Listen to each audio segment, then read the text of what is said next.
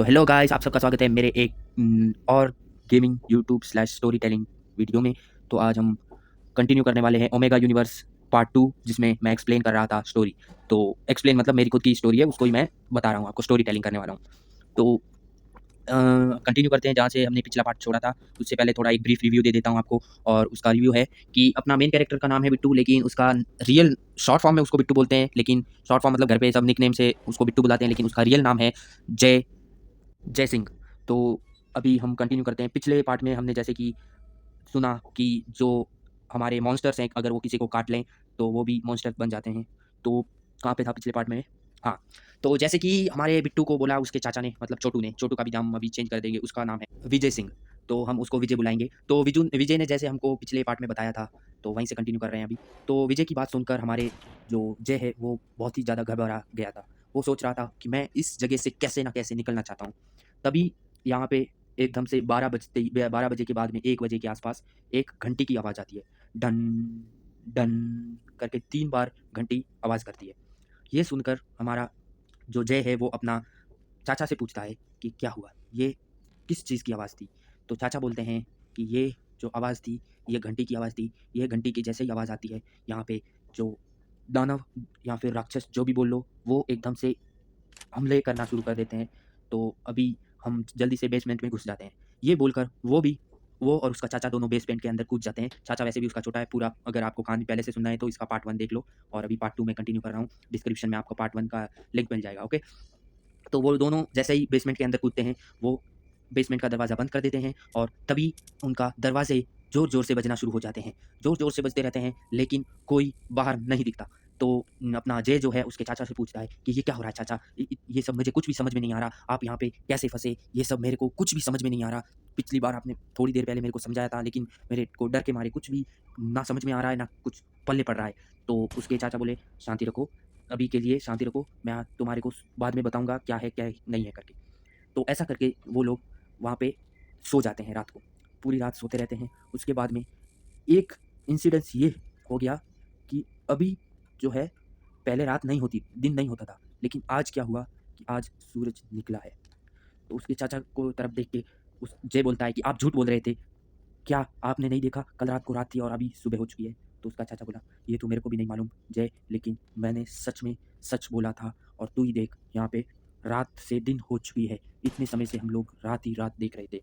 नहीं विश्वास हो तो इनसे भी पूछ लो। 2 लोग जिनके पैर कट गए थे, उनकी बात कर रहा हूँ। तो उन दोनों की बात उनको पूछता है कि ये सच है क्या? तो वो लोग बोलते हैं, हाँ, ये सच बात है। जय ने, तुम्हारे चाचा ने तुमको झूठ नहीं बोला था। तो ऐसा सुनकर अभी ये लोग प्लान करते हैं कि अच्छा हुआ अभी दिन हो चुका है, हम लोग जा सकते हैं बाहर जाके, एक आदमी देखेगा अगर कुछ है कि नहीं है आस-पास। तो उन्होंने प्लान करके बाहर निकला, दोनों जय और जय के चाचा। जय के चाचा वैसे भी छोटे हैं, तो वो एक ही उम्र के लगते हैं, इसीलिए अभी चाचा नहीं बोलेंगे, सिर्फ़ उनके दोस्त बोलेंगे, जय और जय का दोस्त, ठीक है? वीरू, वीरेंद्र, विजय सॉरी। हाँ, तो विजय और उसका दोस्त जय दोनों निकल जाते हैं ऊपर। ऊपर जाके दरवाज़ा खोलते हैं पहले तो वो। आस-पास देखते हैं कुछ है तो नहीं। आस-पास देखने के बाद में उनको कुछ भी नहीं दिखता, तो वो दोनों बाहर निकल जाते हैं। बाहर जाके सीधे कुछ खाने के लिए पहले दोनों बात करके सोचते हैं कि पहले खाने के लिए ढूँढेंगे, उसके बाद में और आगे कहीं जाना है तो वो करेंगे। तो तभी जय बोलता है कि चाचा नहीं, आप खाना ढूँढने जाओगे और मैं हथियार ढूँढने। तो बोला, जय का चाचा बोला, वि विजय बोला, नहीं, हम लोग जाएँगे तो साथ में ही जाएँगे। तो विजय और जय दोनों निकल गए साथ में। तो पहले तो उन्होंने आस-पास देखा कि कोई दुकान वगैरह हो जहाँ से कुछ खाने-पीने के लिए मिल जाए। तो गाँव में तो 1-2 ही दुकान रहती है, तो उनके गाँव में एक ही दुकान थी, उधर गए ये लोग। उधर जाके उन्होंने देखा, लेकिन उन्हें कुछ नहीं मिला। वो लोग जंगल की ओर जाने लगे। जंगल की ओर गए तो उनको एक आम का पेड़ दिखाई दिया। उस आम के पेड़ के ऊपर आम लगे हुए थे। तो इसके चाचा ने बोला, मतलब विजय ने बोला कि हाँ, ये ले लेते हैं। तो विजय ने वो लेके आम आम लेने के लिए ऊपर चढ़ा, ऊपर चढ़ के आम लिए। आम लेने के बाद में नीचे आया। तो उसके बाद में जैसे ही दोनों वहाँ से निकलने लगे, तो उन्होंने जो पेड़ के पीछे था, उधर से सरसराहट सुनी। सर ऐसे कुछ पत्ते हिलते हुए। तो उन्होंने बोला, कोई है क्या वहाँ पे? कौन है वहाँ पे? तो ऐसे हिलने लगे, पत्ते हिलने लगे, तो वो दोनों डरने लगे। तभी वहाँ से आया एक डॉगी, जी हाँ, पप्पी था वहाँ पे पीछे। तो वो पप्पी को देख के वो लोग डर चुके थे। उनको लगा कोई वो जो जानवर कह लो उनको, या फिर दानव दानव कहेंगे उसको, तो वो दानव आ चुके हैं। लेकिन वो ऐसा कुछ नहीं था, एक प्यारा-सा पपी था, तो उन्होंने सोचा कि इस पपी को इधर कहाँ छोड़ेंगे, उन्होंने उसको भी साथ में ले लिया। उसको साथ में लेके वो दोनों निकल गए वहाँ से और आकर इनको जो नीचे थे उनको भी आम खिलाए और वो खुद ने भी खाए। बहुत ही दिनों के बाद इन 3 लोगों ने कुछ खाने के लिए खाया था, तो इन तीनों ने जब खाना खाया तो इनको बहुत ही ज़्यादा खुशी हुई, इतनी खुशी कि वो कुछ बता भी नहीं सकते। उसके बाद में इन्होंने सोचा कि अभी हथियार चाहिए हमको, तो ये दोनों निकल गए हथियार लेने। हथियार लेने जब पहुँचे तो इन्होंने कहा कि अभी हथियार तो हमको कहाँ मिल सकता है, कहीं खेतों में जाकर अगर कुछ कुल्हाड़ी या फिर कुछ तो ऐसा मिल जाए जिससे हम अपना सुरक्षा कर पाएँ। तो वो लोग गए, हथियार लिया, उसके बाद में उन्होंने सोचा कि अगर यहाँ पे रुके तो बचेंगे नहीं हम लोग, तो हम लोग चलते हैं शहर की तरफ। ये बोल के वो लोग हथियार लिए, उनको एक कुल्हाड़ी मिल गई थी भगवान की दया से, तो उन्होंने कुल्हाड़ी लेके आए घर पे और उनसे पूछा उनके 2 दोस्त जो उनके हाथ-पैर कटे हुए थे, तो दोनों जुड़वा भाइयों से पूछा कि क्या करें अभी आगे? अभी जुड़वा ही बोलेंगे क्योंकि दोनों के पैर कटे हुए हैं तो जुड़वा ही बोलेंगे उनको, ठीक है? तो दोनों जुड़वा भाइयों से पूछा कि हम लोग अभी प्लान कर रहे हैं कि हम जाएँगे शहर की तरफ, क्योंकि यहाँ पे कुछ नहीं है जिससे हम लोग अपनी सुरक्षा कर सकते हैं, शायद हमको शहर में कोई लोग मिल जाएँ। तो उनके भाइयों ने भी बोला, ठीक है, तो फिर चलते हैं, लेकिन हम दोनों के एक-एक पैर कटा हुआ है, तो हम लोग आसानी से चल नहीं पाएँगे, तुम अपने कंधे के ऊपर बिठा लो हमको, फिर हमको ले चलो। फिर ऐसा करके दोनों ने अपने कंधों पे बिठा लिए, ठीक है? लेकिन अभी अपना जो चाचा था मतलब विजय, तो विजय तो छोटा था, वो किसी को उठा नहीं सकता, इसीलिए अभी सभी को उठाने का ज़िम्मा किस पे आ गया, अ, वि अपने जय पे। तो जय ने उठाया सबको, जय ने उठा के सबको लेके दो मतलब ऐसे बारी-बारी उठा के लेके गया बाहर, बाहर ले जाके बिठाया उनको बाहर धूप में। तो धूप जब उनकी आँखों पे पड़ी तो एकदम से चुंदिया गए वो लोग, लेकिन उनको धूप में गर्मी अच्छे नहीं लगने लगी, तो वो लोग ऐसे सोने की कोशिश करने लगे, जैसे नींद आने लगी उनको। तो जय बोला, "नहीं-नहीं सोना मत अभी, हमको और भी आगे जाना है।" कर फिर अपने विजय ने ढूँढा कि कहीं से कहीं गाड़ी मिल जाए, तो विजय आस-पास ढूँढने लगा, एक गाड़ी मिली उनको, वो गाड़ी लेके आए, गाड़ी लाके इन दोनों को अंदर बिठाया। अभी अपने विजय को तो गाड़ी चलानी नहीं आती थी, तो जय ने गाड़ी भी चलाई क्योंकि उसको आती थी गाड़ी चलाना। तो गाड़ी चलाई उसने, गाड़ी चला के हाईवे पे निकल गए। हाईवे पे देखा उन्होंने आस-पास गाड़ियाँ वगैरह ठुकी पड़ी हैं, तो इसने अपने ज जय ने कहा कि विजय, विजय चाचा कि अपने ये जो इस दुनिया में कोई नहीं है, तो इतनी सारी गाड़ियाँ कैसे क्रैश हुई पड़ी हैं? ये कैसे हो सकता है? जबकि अपने विजय और जय और वो 3 लोग उनको ये नहीं मालूम कि ये लोग एक ऐसे पैरेलल यूनिवर्स में पहुँच चुके हैं जिसमें इनके साथ कुछ भी हो सकता है। यहाँ पे एक एपोकलिप्स आ गया था उसमें ये लोग फँस गए थे। तो ये लोग नहीं मतलब वहाँ के लोग फँस गए थे तभी निकलने के टाइम में टकरा गए, मरने लगे लोग, उन पे हमला होने लगा। तो ये लोग सोचने लगे कि अभी कुछ करना पड़ेगा। तो ये लोग फिर निकल गए वहाँ से कि शायद हमको कोई ना कोई लोग मिल ही जाएँगे कहीं न कहीं। तो जब ये लोग निकलने लगे तो अपने जय को अजीब-सा लगने लगा। उसके हाथों में जलन होने लगी, उसके हाथों में बहुत ज़्यादा जलन होने लगी। तो उसने उसने अपने चाचा से कहा विजय से कि नहीं-नहीं मेरे को बहुत जलन हो रही है, चाचा कुछ करो, मेरे को ठंडा पानी डालो मेरे ऊपर ऐसा करके चिल्लाने लगा वो। तो उसका चाचा डरने लगा, अभी 10 साल का बच्चा है ना वो तो वो क्या ही कर सकता है। तो वो बहुत ज़्यादा डरने लगा। तो इसने बोला कि रुको, रुको मेरे पास एक आइडिया है करके उसने गाड़ी रोका, उसके बाद में जो मेन रोड थी उसके पास में एक तालाब था, उसके अंदर जाके कूद गया एकदम से, तो उसको थोड़ा ठंडा फ़ील हुआ, एकदम ठंडा-ठंडा फ़ील होने लगा। फिर बाद में उसने वहाँ से फिर वापस गाड़ी चलाना शुरू किया, तो फिर थोड़ी देर बाद में उसको ऐसे गर्मी लगने लगा, एकदम हाथ-पैर ऐसे जलने लगे, तो वो बोला ऐसे कैसे हो रहा है मेरे साथ, ये क्या हो रहा है मेरे को? तो ऐसे करके 1 घंटे तक उसको बहुत ज़्यादा हुआ ऐसा, तो उसके बाद में उसको एकदम शांति हो गई, उसको कुछ ज़्यादा जलन-वलन कुछ नहीं हुआ उसको उस टाइम में। तो इसने सोचा चलो ठीक है कोई बात नहीं कुछ हुआ रहेगा कोई पता नहीं क्या ही हो गया रहेगा कोई बीमारी रहेगी यहाँ की। ये करके इसने सोचा और ऐसे ही छोड़ दिया उस बात को। लेकिन उसके बाद में इसको ये सोचकर शांति से नहीं बैठना चाहिए था। शायद क्या पता कोई वायरस हो जो उसमें आ गया हो और उसकी वज़ह से दूसरों के ऊपर भी खतरा आ सकता था। तो ऐसा सोचने लगा उसका चाचा। तो चाचा ने बोला कि नहीं, नहीं जय ऐसा नहीं कर सकते तुम। क्या पता तुम्हारे को कोई वायरस हो गया हो जिसकी वज़ह से ऐसा हो रहा हो तुमको। ये बोलकर बैठ गए। लेकिन वो दोनों लोग जिनके वो जुड़वा लोग वो दोनों चिल्लाने लगे, "नहीं, नहीं, नहीं हमको भी हो जाएगा बीमारी, हम नहीं रुकेंगे तुम्हारे साथ।" ये वो ये करके चिल्लाने लगे, एकदम से चिल्लाने लगे, "नहीं, नहीं हम तुम्हारे साथ नहीं जा रहे हैं।" ये वो ये करके बहुत ज़्यादा चिल्लाने लगे। तो विजय बोला कि, "तो फिर हमारे साथ नहीं आओगे तो किसके साथ जाओगे तुम लोग? ऐसे बहस मत करो" करके बोला। लेकिन वो दोनों गुस्सा हो गए, तो एकदम से उन्होंने पीछे के दरवाज़े खोल दिए और कूद गए बाहर। तो ऐसे कूद गए, तो जैसे ही कूदे वैसे ही वहाँ पे एक अजीब-सा दानव आया और उन दोनों को उठा के लेके लेके चला गया।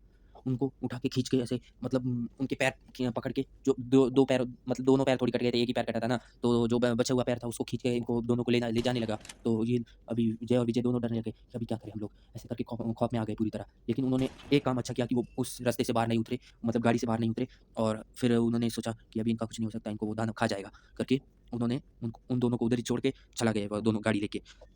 क्योंकि उधर कुछ ये दोनों कर नहीं सकते थे ज़्यादा क्योंकि वो जो दानव था वो एक मतलब एक 10 फुट का दानव था, 10 फुट का दानव, ठीक है? ऐसा छोटा-मोटा भी नहीं था जो इनको ऐसे ही आराम से छोड़ देता। तो जब दानव चला गया तो ये लोग भी निकल गए वहाँ से, और जाने के वक़्त उन्होंने बहुत टेंशन लिया कि अब हम लोग उनको बचा सकते थे, ये वो इधर-उधर की बातें की, लेकिन कोई फ़ायदा नहीं, हम अगर हमारे बस में होता तो बचा पाते, ऐसा करके उसके चाचा ने बोला। फिर बाद में जब आगे गए तो उन्होंने देखा कि जो टोल बूथ रहता है वहाँ पे बहुत ही ज़्यादा ट्रैफ़िक हो चुका है, गाड़ियाँ एक-दूसरे में ठुकी पड़ी हैं, कोई भी वहाँ पे नहीं है। तो फिर बाद में खून ही खून बिखरा पड़ा है, सब जगह खून ही खून बिखरा पड़ा है। तो ये दोनों बोले अभी इससे आगे हमको कैसे जाएँ? चल के जाना पड़ेगा। तो जय बोला नहीं, नहीं, अब चल के नहीं जा सकते, तो अभी क्या करें फिर? तो वो बोला ये देखो वो जो टोल बूथ है वहाँ पे एक वो देखो साइड का जगह टूटा हुआ है, वहाँ से नीचे ले लेंगे रोड से और आगे जाके फिर ऊपर ले लेंगे। तो वो बोला ठीक है, करके वो नीचे उतर गए, वहाँ से नीचे उतर के फिर ऊपर चढ़ा ली। ऐसे करके एक 6-7 घंटों के बाद वो एक छोटे से टाउन में पहुँच गए। टाउन टाउन मतलब समझो अपना शहर से छोटा होता है और गाँव से थोड़ा बड़ा ही होता है। तो ऐसे करके टाउन में पहुँच गए। तो वहाँ पे एक बड़ी-सी घंटी लगी हुई थी, क्लॉक लगी हुई थी उसमें। तो वो उसने विजय को बोला जय ने कि आप तो चाचा बोल रहे थे यहाँ पे घड़ियाँ नहीं होती, यहाँ पे तो देखो घड़ी पड़ी है इतनी बड़ी। तो बोला हाँ, हमको तो मालूम नहीं था, हम तो गाँव में रहते थे, हमको क्या मालूम कि इधर में घड़ी है कि नहीं है। तो यहाँ पे तो टाइम चल रहा है। तो बोला टाइम चल रहा है तो फिर मैं इतना छोटा बच्चा क्यों हूँ? इतना साल हो गया मेरे को, 15-20 साल होने वाले हैं यहाँ पे मेरे को रहते हुए। तो वो बोला क्या पता यहाँ पे इंसानों के ऊपर टाइम काम ना करता हो और ऐसे डे नाइट होता होगा तो? तो वो बोला नहीं, डे नाइट होता तो हमको इतने समय से हमको अंधेरा ही क्यों दिखाई दे रहा था? यहाँ पे कुछ तो गड़बड़ हुई है। तो वो बोला कैसे गड़बड़ हुई? जब से तुम आए हो तब से समय चलने लग गया है। बोला मैं आने से समय चलने लग गया है? आप कहना क्या चाहते हो? वो बोला मैं ये कहना चाहता हूँ कि अभी तुम आने के बाद में यहाँ पे समय चलना शुरू हो चुका है, जय। तो वो बोला इसका मतलब हमारी दुनिया में भी समय चल रहा होगा। हम लोग कितने दिन से इधर में हैं, हम लोग हमारे परिवार वाले हमको खोज रहे होंगे। तो उसके बाद मैंने सोचा ठीक है, ऐसा टेंशन मत लो, हमको कोई ना कोई रास्ता मिल जाएगा जिससे हम लोग यहाँ से निकल पाएँगे, तुम टेंशन मत लो। ऐसा बोल के ये दोनों फिर वो जो बड़ी क्लॉक थी उसके तरफ जाने लगे। तो जैसे ही जाने लगे तो सामने से एक छोटी गाड़ी खड़ी थी उनके। तो उसने बोला छोटी गाड़ी यहाँ पे खड़ी है, कुछ तो गड़बड़ लग रही है जय मुझे, मुझे बहुत ज़्यादा गड़बड़ लग रही है जय। ऐसा बोल के विजय खड़ा हो गया वहीं पे। फिर जय बोला नहीं, नहीं चाचा ऐसा कुछ नहीं है, कुछ गड़बड़ नहीं है, आ जाओ। ऐसा बोल के जैसे ही आगे जाने लगा तो सामने से एक आदमी बंदूक लेके इनके तरफ आने लगा। एकदम से इनके सर पे एक बंदूक रख दी, विजय के सर पे। बाद में जय चिल्लाने लगा, "नहीं, नहीं छोड़ दो उसे, छोड़ दो, नहीं मारना उसको, हम लोग यहाँ पे कुछ नहीं करने, हम पास के गाँव से आए हुए हैं, हमको छोड़ दो।" तो वो बोला, "तुम्हारा क्या मोटिव है यहाँ पे आने का? मेरे को बताओ, तुम लोग किस वजह से यहाँ पे आए हो?" तो वो बोला, "हमारे गाँव पे ये दानवों ने हमला कर दिया है, तब से हम लोग यहाँ पे खड़े हैं।" तो वो बोला, "अच्छा, तुम्हारे गाँव पे दानवों ने हमला कर दिया, हमारे टाउन में भी हमला किया है दानवों ने।" तो ऐसा बोल के वो जो लड़का बड़ा आदमी था, थोड़ा बूढ़ा-सा था, सफ़ेद दाढ़ी हो चुकी थी उसकी और पूरे मुँह पे झुर्रियाँ आई हुई थी, पूरी आँखें थोड़ी अंदर की तरफ धँसी हुई थी। उसने आदमी को ऐसा बोला, तो जब वो आदमी उन दोनों को ले गया अपने घर पे, बोला, "यहाँ पे आओ, यहाँ पे बैठो।" और उनको कुछ खाने के लिए दिया। उन्होंने खाना खाया, लेकिन एकदम से वो लोग बेहोश हो गए। जैसे ही बेहोश हुए, तो वो बुड्ढा हँसने लगा, और मेरे घर की तरफ आएँगे लोग और मैं इन सब का नाश्ता कर लूँगा। जी हाँ गाइस, वो आदमी कैनिबलिज़्म करता था।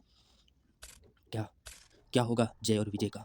क्या इन दोनों को वो आदमी खा जाएगा या फिर किसी और को खिला देगा? क्या पता कुछ भी हो सकता है, या फिर वो दोनों बच भी सकते हैं। अभी ये पूरी कहानी सुनने के लिए आप हमारे चैनल को सब्सक्राइब कर दें, और ऐसे ही मैं स्टोरीज़ ये मैं सोच रहा हूँ, ऐसी 2-3 स्टोरीज़ है मेरे पास, इसको कंटिन्यू करने के बारे में सोच रहा हूँ। तो आप लोग मेरे को बता सकते हो कमेंट सेक्शन में कि अगर स्टोरी आपको पसंद आ रही है। थोड़ा एक 1-2 एपिसोड ऐसा हल्का बोरिंग रहेगा, उसके बाद में मेरी ये स्टोरी बहुत रोमांचक होने लगेगी, धीरे-धीरे बहुत ही ऐसे खतरनाक होने लगेगी। अभी बता तो नहीं सकता आगे क्या होने वाला है, लेकिन आप लोग अनुमान लगा सकते हो वैसे कि क्या होगा, कैसे होगा करके। आप लोग मेरे को आइडियाज़ भी दे सकते हो और क्या ऐड करूँ मैं ये स्टोरी में। तो इस स्टोरी आपको कैसी लगी, ये सब आप आराम से मेरे को कमेंट सेक्शन में बताओ। अगर और भी ऐसे ही स्टोरीज़ वगैरह सुनने के लिए मेरे चैनल को सब्सक्राइब कर दो। और हाँ, वैसे ये मैंने जब कहानी लिखी थी ना, तो मेरे को आइडिया नहीं लग रहा था कि किस बारे में कहानी लिखूँ। आगे मतलब अभी बहुत कुछ बाकी है जिस स्टोरी में वैसे। और हाँ, सॉरी वैसे बहुत दिन से वीडियोज़ नहीं आए, और अभी रेगुलर वीडियोज़ आएँगे, हर रोज़ एक वीडियो अपलोड करूँगा, लेकिन उसके लिए मेरे को सपोर्ट चाहिए। क्योंकि कोई सपोर्ट करने को तैयार नहीं है यार। जब सपोर्ट ही नहीं मिलेगा तो मैं डिमोटिवेट हो जाऊँगा, क्या फ़ायदा फिर? कोई सपोर्ट करेगा तो मेरे को अच्छा भी लगेगा कि अरे यार, सपोर्ट कर रहे हैं लोग। ऐसा तो नहीं है कि नहीं सपोर्ट कर रहे हैं करके। इसलिए अगर आपको वीडियोज़ वगैरह पसंद आ रहे हैं, तो आप लोग लाइक, शेयर, सब्सक्राइब कर दिया करो। दोस्तों के साथ इतना शेयर कर दो कि मेरे को रोज़ बनाना ही पड़े वीडियो, रोज़ बनाना पड़े वीडियो। ऐसा मजबूर कर दो मेरे को तो। नहीं तो मेरे को सब्सक्राइब ही नहीं करेंगे तो मेरे को क्या लगेगा यार, क्या करेगा सब्सक्राइब? वीडियोज़ डाल के कोई सब्सक्राइब करता नहीं है, कोई रेगुलरली वीडियोज़ देखता ही नहीं करके, ऐसा लगेगा। इसलिए अगर अगर आप लोग रोज़ ऐसे मतलब रोज़ ऐसे आ के वीडियोज़ देखोगे, सब्सक्राइब करोगे, तो मेरे को लगेगा यार सब्सक्राइबर्स अपने चाहते हैं कि वीडियोज़ मिले। चलो बाय।